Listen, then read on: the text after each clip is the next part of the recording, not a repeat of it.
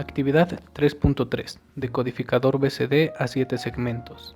Mi nombre es José Eduardo López Rivera, estudiante de Ingeniería Mecatrónica del quinto semestre Grupo A del Instituto Tecnológico Superior de Zacapoaxtla. Dentro de la especificación del diseño, lo primero que debemos realizar es analizar el problema, el cual dice lo siguiente: diseña y construya un circuito decodificador BCD a 7 segmentos de un bus de entrada a 4 bits y un bus de salida a 7 bits, tal como se muestra en la imagen inferior. El bus de entrada recibirá valores en binario natural y el bus de salida representará en las líneas de un display de 7 segmentos los dígitos decimales. Además, cuando a la entrada del circuito se coloque un código cuyo valor numérico sea mayor a 9, es decir, códigos desde 10 hasta el 15, el display deberá mostrar una E de código erróneo. Para la deducción de la tabla de verdad, tenemos que el bus de entrada se llamará E y este tendrá una longitud de palabra de 4 bits, en el cual los subíndices indicarán el peso posicional de cada bit.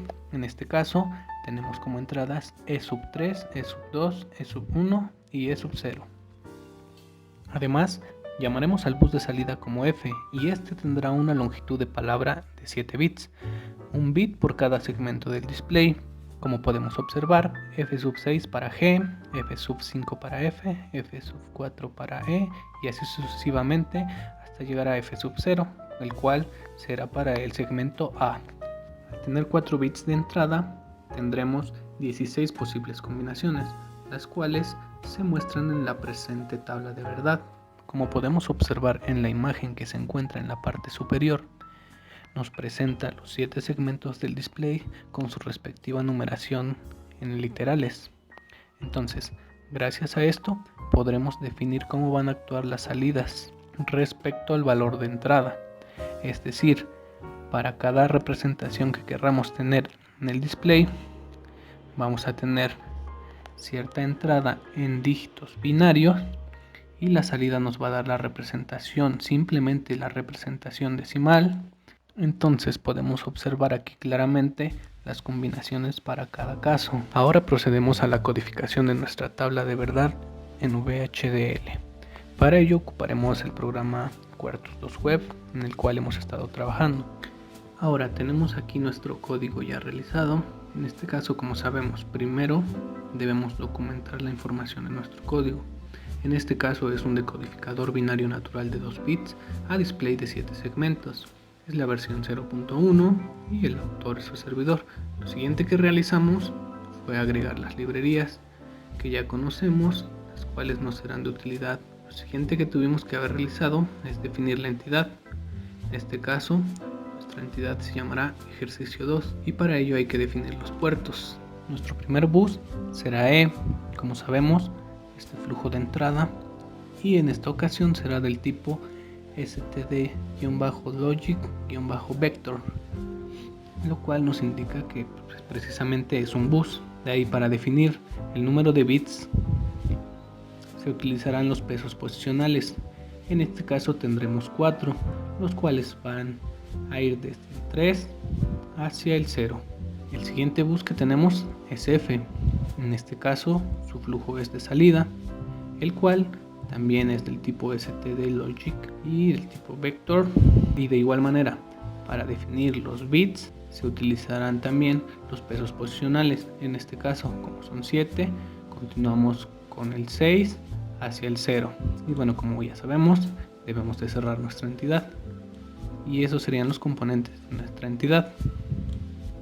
Ahora, para la construcción de nuestra arquitectura, la vamos a definir como registro, porque ya estamos utilizando bus de datos y no simplemente bits individuales. Entonces por eso se agrega RTL de ejercicio 2.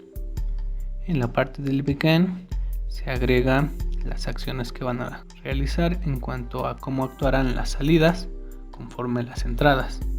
Tomando en cuenta los datos mostrados en nuestra tabla de verdad, podemos definir que nuestra salida F va a recibir el código 011111 cuando E reciba en la entrada el código 0000, que quiere decir el número 0 en binario.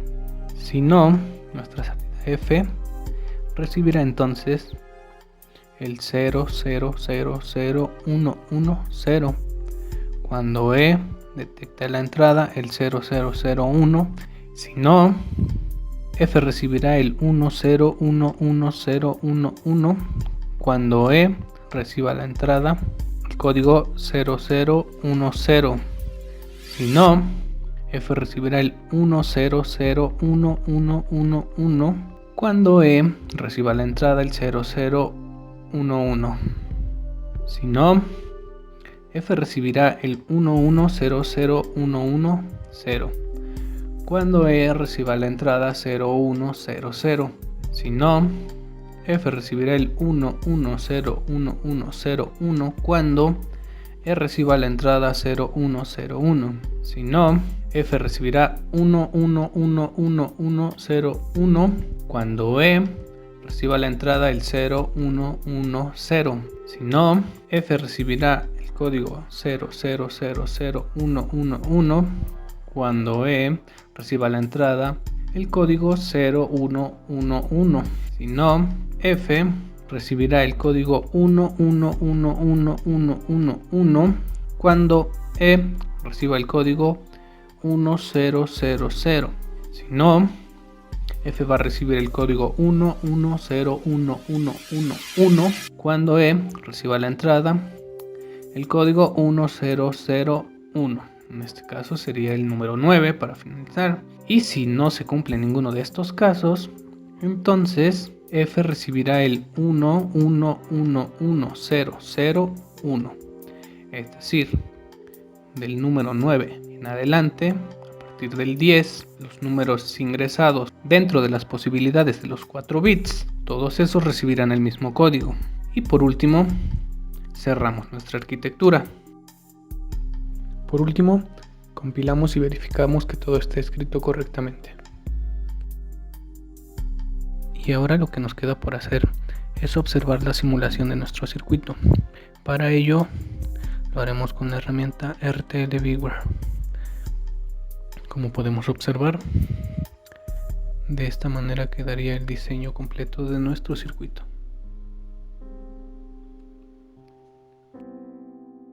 Bueno, para nuestra simulación por vectores de prueba, definimos un tiempo de 160 nanosegundos y para ello a la función de entrada le definimos un periodo de 20 nanosegundos. Esto para que durante los 160 segundos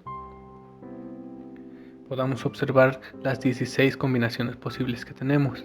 Como podemos ver en la pantalla, ya tenemos escritas las combinaciones posibles de entrada y procedemos a simular para visualizar la salida. Como podemos ver, para cada caso se cumple efectivamente lo que presentamos en nuestra tabla de verdad. Para cada entrada su respectiva salida, y a partir de la combinación del 10 hasta el número 15, la misma combinación para todos esos códigos de entrada. Para nuestra presentación en físico tenemos nuestro bus con las 4 entradas. En este caso tenemos E3, E2, E1 y E0. Y tenemos nuestro display de 7 segmentos, el cual nos indicará la salida y el dígito que estaremos ingresando en el binario. Como primer caso tenemos el número 0, en el cual nuestros 4 bits están enviando un 0 y a la salida tenemos el 0.